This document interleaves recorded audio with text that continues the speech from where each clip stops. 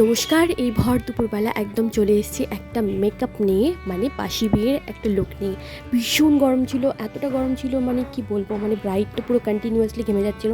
আর সে যেহেতু বলেছিল যে তার একদমই একটা নর্মাল, একটা সাটেল, একটা গ্লসি একটা লুক চাই, তো তার এই কথাটা শুনে আমিও ডিসাইড করলাম যে একদম নো মেকআপ একটা মেকআপ লুক আমি ওকে দেবো।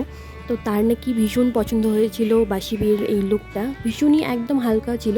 আর আমি সাধারণত ফিল্টার ইউজ করি না মেকআপের ক্ষেত্রে, তো সেই জন্য তার যা দেখতে পাচ্ছেন সব একদম ক্লিন, একটা অরিজিনাল।